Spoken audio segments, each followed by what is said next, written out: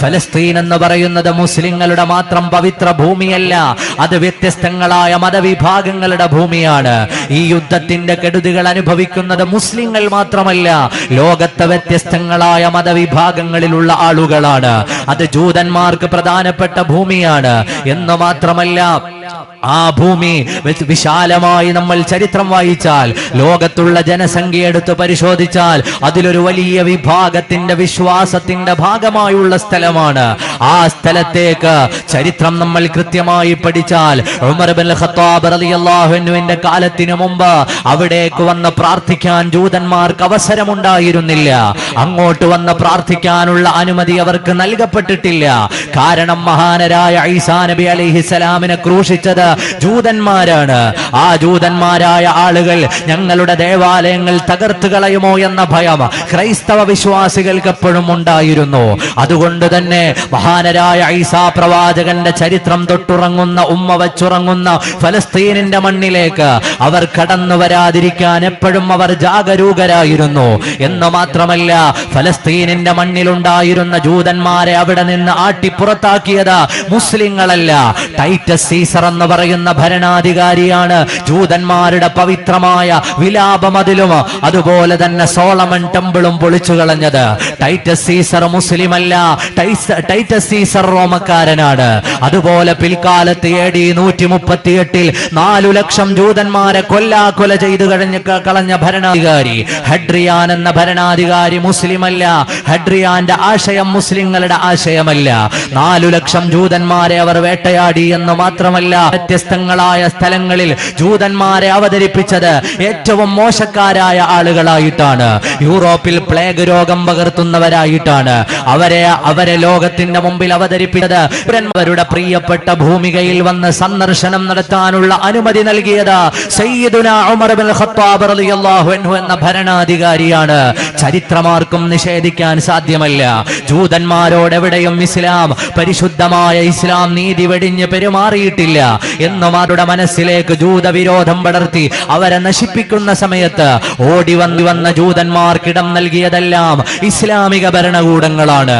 ഇസ്ലാമിക ഭരണകൂടങ്ങളുടെ കീഴിൽ അവർ നീതിയും ന്യായവും അനുഭവിച്ചവരാണ്. തങ്ങൾക്കൊരിക്കലും വന്നു ചേരാൻ കഴിയില്ല എന്ന് തോന്നിയ ഭൂമിയിൽ മഹാനരായ ഉമർ ഇബ്നുൽ ഖത്താബ് റളിയല്ലാഹുവിന്റെ കരാർ, AD 637 എഴുതിയ കരാർ, ഇന്നും ബൈത്തുൽ മുഖദ്ദസിന്റെ ചാരത്ത് മസ്ജിദ് ഉമറിന്റെ അരികിൽ ഈ കരാർ എഴുതി തൂക്കിയിട്ടുണ്ട്. നെഫ്രോസിസ് പാതിരിക്ക് പറയാനുള്ളത് ഒരൊറ്റ വർത്തമാനമായിരുന്നു: ഖലീഫ, നിങ്ങൾ ഞങ്ങളുടെ രാജ്യത്തേക്ക് വന്നതിൽ സ്വാഗതം. ഞങ്ങളുടെ ദേവാലയങ്ങൾ നിങ്ങൾക്ക് ഏൽപ്പിച്ചു തരാൻ ഞങ്ങൾക്ക് പ്രയാസമൊന്നുമില്ല. കാരണം നിങ്ങൾ നീതിമാന്മാരാണെന്ന് ഞങ്ങൾക്കറിയാം. പരിശുദ്ധമായ ഇസ്ലാം അങ്ങനെ തന്നെ ആയിരുന്നല്ലോ. ചെന്ന ഇടങ്ങളിലെല്ലാം നീതിയോടെയല്ലാതെ ഇസ്ലാം ഇടപെട്ടിട്ടില്ല. അലക്സാൻഡ്രിയയിലെ ഗവർണറായിരുന്നു സയ്യിദുനാ അംർ ഇബ്നുൽ ആസ് റളിയല്ലാഹു അൻഹു. ചരിത്രം നമ്മൾ അറിയേണ്ടതുണ്ട്. പട്ടണത്തിനടുത്തുള്ള ഒരു സ്ഥലത്ത് യേശു ക്രിസ്തുവിന്റെ മൂക്ക് ഒരാൾ ചെത്തിക്കളഞ്ഞു. വലിയ വിവാദങ്ങൾക്ക് വഴിവെച്ചു. ക്രൈസ്തവ വിശ്വാസികൾ വന്നിട്ട് മഹാനരായ അംർ ഇബ്നുൽ ആസ് റളിയല്ലാഹു അൻഹുവിനോട് പരാതി പറഞ്ഞു: ഞങ്ങൾ ആരാധിക്കുന്ന യേശു ക്രിസ്തുവിന്റെ മൂക്ക് ഒരാൾ ചെത്തിക്കളഞ്ഞു, നിങ്ങൾ അതിന് പരിഹാരം പറഞ്ഞു തരണം. മഹാനരായ അംർ ഇബ്നുൽ ആസ് റളിയല്ലാഹു അൻഹു ജനങ്ങളുടെ ഇടയിലേക്ക് വന്നു, തെരുവിലേക്ക് ഇറങ്ങി നിന്നു. സ്വഹാബിയാണ്, മക്കക്കാരനാണ്, ഉന്നത കുലജാതനാണ്, മനോഹരമായി സംസാരിക്കാൻ അറിയാവുന്നയാളാണ്. ജനങ്ങളെ വിളിച്ചിട്ട് പറഞ്ഞു: ഈ രാവ് അവസാനിക്കുന്നത് വരെ ഈ തെരുവിൽ ഞാനുണ്ടാകും. ഈ രാവ് അവസാനിക്കുന്നതിന് മുമ്പ് ക്രൈസ്തവ വിശ്വാസികളുടെ ദേവന്മാരുടെ മൂക്ക് ചെത്തിക്കളഞ്ഞ, യേശു ക്രിസ്തുവിന്റെ പ്രതിമയുടെ മൂക്ക് തകർത്ത് കളഞ്ഞ ആളെ പിടിച്ചിട്ടില്ല എങ്കിൽ അംർ ഇബ്നുൽ ആസ് എന്ന ഇസ്ലാമിക ലോകത്തിന്റെ ഖലീഫ, ഇവിടെ എന്നെ ഗവർണറായി നിയോഗിച്ചിട്ടുള്ള ഈജിപ്തിന്റെ ഗവർണറായ അംർ ഇബ്നുൽ ആസിന്റെ മൂക്ക് പകരം ചെത്തി ക്രൈസ്തവ വിശ്വാസികളുടെ കൈകളിൽ കൊടുക്കാൻ ഞാൻ തയ്യാറാണ്. അതുകൊണ്ട് ഈ രാജ്യത്തെ പ്രശ്നങ്ങൾ ഉണ്ടാക്കാൻ ഇറങ്ങി പുറപ്പെട്ട ആളുകൾ എന്റെ മുമ്പിൽ വരിക തന്നെ വേണം, പോകാൻ പാടില്ല. ഇന്നലെ വരെ ഞങ്ങൾ കണ്ട ഭരണാധികാരികളൊന്നും നിങ്ങളെപ്പോലെ നീതിമാനല്ല. നിങ്ങൾ എത്രയോ നീതിയുള്ളയാളാണ്. നിങ്ങൾ പാവങ്ങളെ പരിഗണിക്കുന്നയാളാണ്, പ്രയാസങ്ങളിൽ ഒപ്പം നിൽക്കുന്നയാളാണ്. ഞങ്ങൾ കണ്ട ഭരണാധികാരികൾ ആഡംബരത്തിന്റെ സുഖലോലുപതയുടെ മടി മടിത്തട്ടിലാണ് ഉറങ്ങുന്നതെങ്കിൽ പ്രിയപ്പെട്ട മഹാനരായ ഖാലിദ് ഇബ്നു വലീദ്, നിങ്ങൾ ഈ രാജ്യം വിട്ടു പോകരുതെന്ന് എഴുതി കൊടുത്തത് മഹാനരായ ഖാലിദ് ഇബ്നു വലീദ് റളിയല്ലാഹു അൻഹുവിനോട് പറഞ്ഞത് മുസ്ലിങ്ങളല്ല, ആ നാട്ടിലെ ക്രൈസ്തവ വിശ്വാസികളാണ്. അതുപോലെയല്ലേ ഇന്ത്യ രാജ്യത്തേക്ക് പരിശുദ്ധമായ ദീനിന്റെ പ്രബോധനാർത്ഥമടക്കം എത്തിച്ചേർന്ന മുഹമ്മദ് ബിൻ ഖാസിമിന്റെ ചരിത്രം നമ്മൾ വായിക്കാറില്ലേ?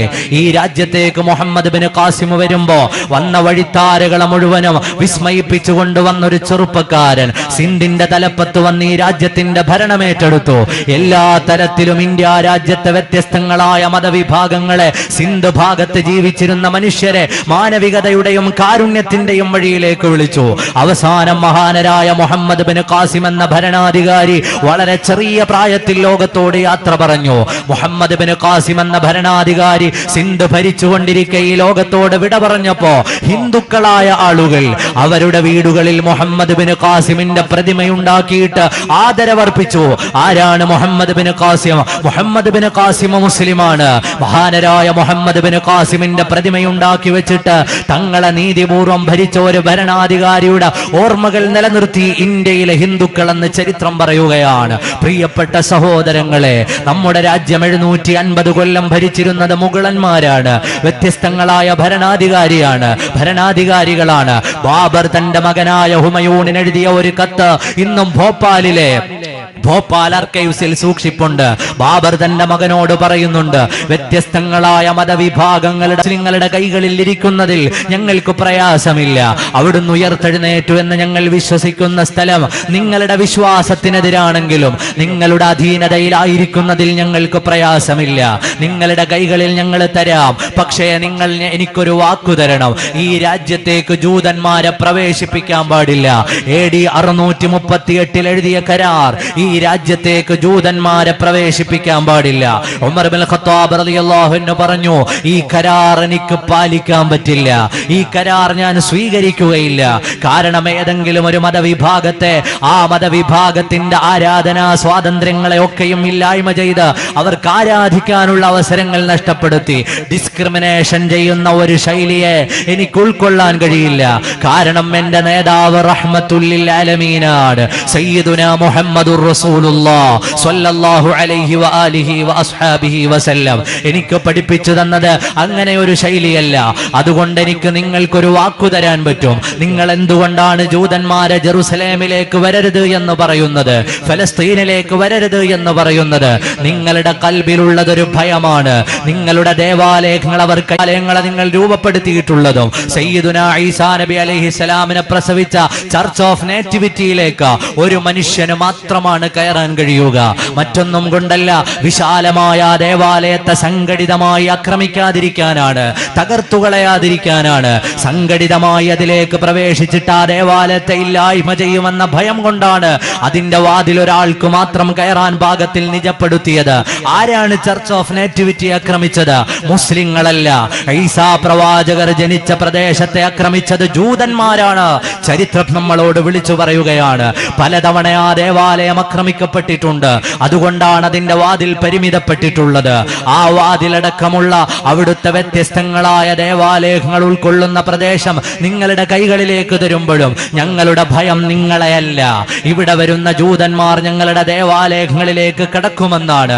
ഉമർ ഇബ്നുൽ ഖത്താബ് റളിയല്ലാഹു അൻഹു ചരിത്രത്തിൽ അതുല്യമായ ഒരു എഴുത്തെഴുതി, നിങ്ങളുടെ ദേവാലയങ്ങൾക്ക് ഞങ്ങൾ കാവൽ തരാം, നിങ്ങളുടെ ദേവാലയങ്ങൾക്ക് ഞങ്ങൾ കാവൽ തരാം, നിങ്ങളുടെ ആരാധനാലയങ്ങൾക്ക് ഞങ്ങൾ കാവൽ തരാം, എന്റെ പട്ടാളം നിങ്ങളുടെ ആരാധനാലയങ്ങൾക്ക് കാവൽ നിൽക്കും എന്ന് മാത്രമല്ല നിങ്ങൾക്ക് എല്ലാ സ്വാതന്ത്ര്യങ്ങളും അനുവദിച്ചു തരാം. അതോടൊപ്പം തന്നെ ഈ ഭൂമിയെ പവിത്രമായി കാണുന്ന ജൂതന്മാർക്ക് ഇവിടെ വരാം, പ്രാർത്ഥനകൾ നടത്താം, അവരുടെ ആരാധനാ സ്വാതന്ത്ര്യം ഉപയോഗപ്പെടുത്താം. അതിലൊന്നും നിങ്ങൾ പ്രയാസപ്പെടേണ്ടതില്ല. അവരിവിടെ വരട്ടെ, പ്രാർത്ഥിക്കട്ടെ, അവരുടെ സന്ദർശനങ്ങൾ ഉണ്ടാകട്ടെ.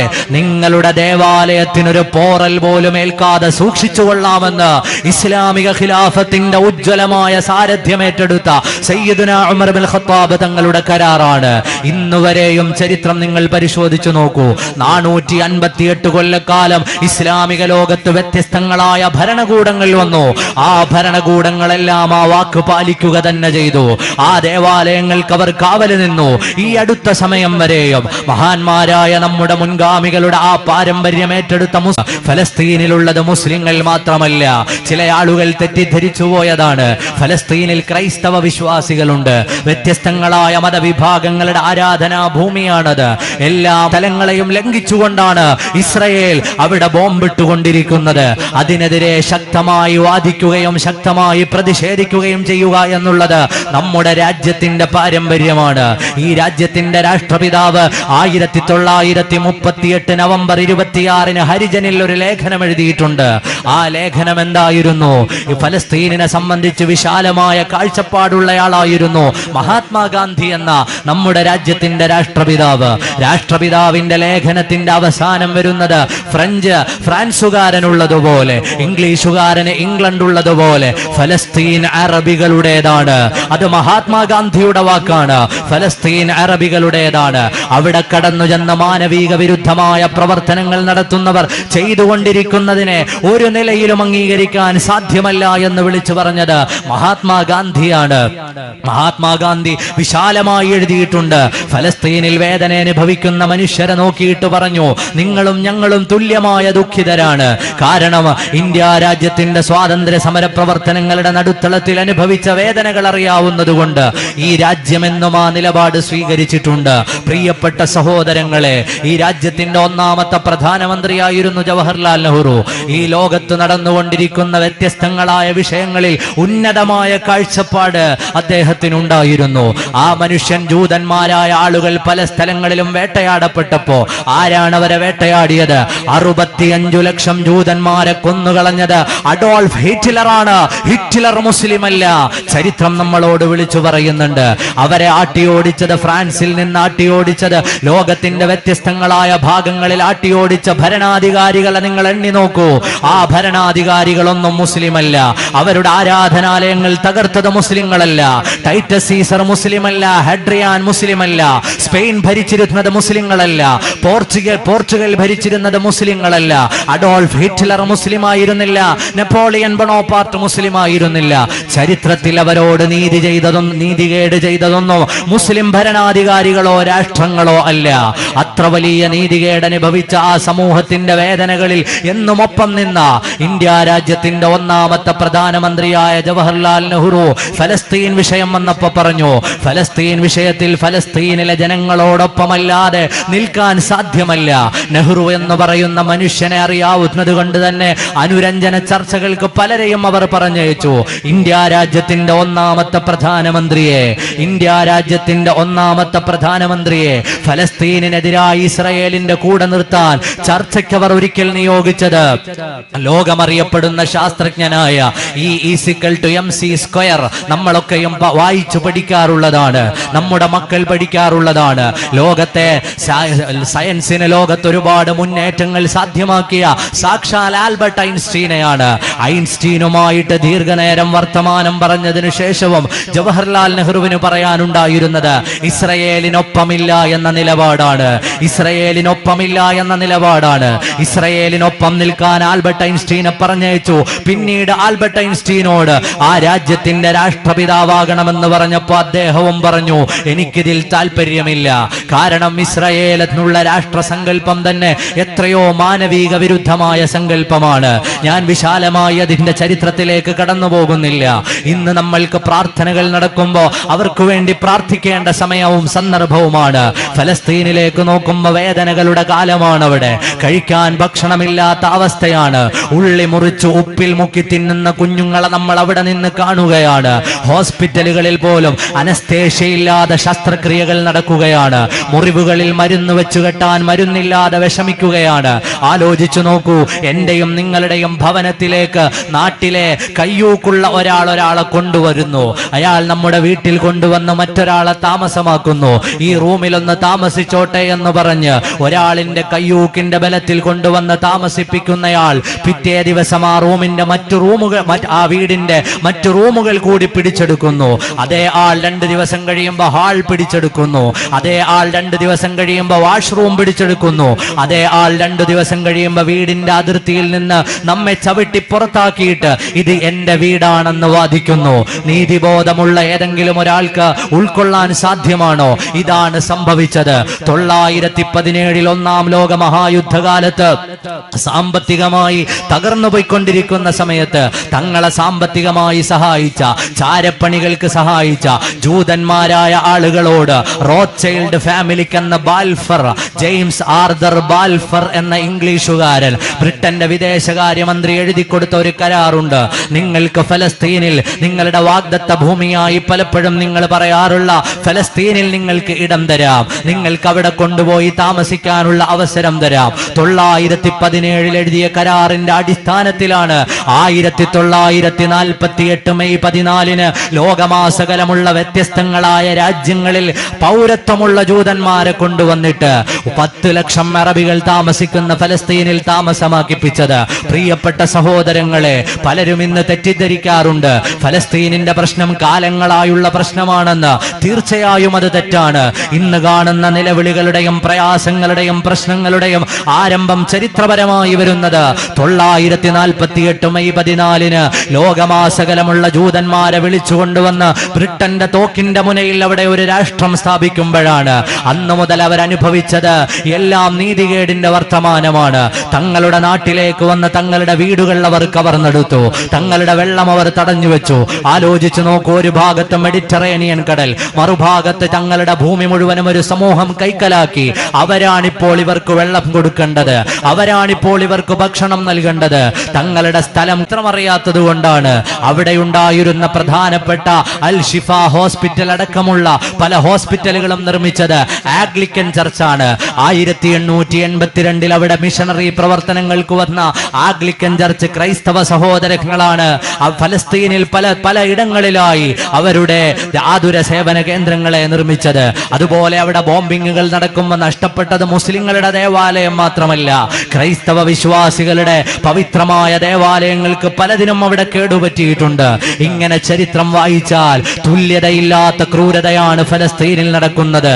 അത് ഹമാസ് ഉണ്ടായതിനു ശേഷമല്ല.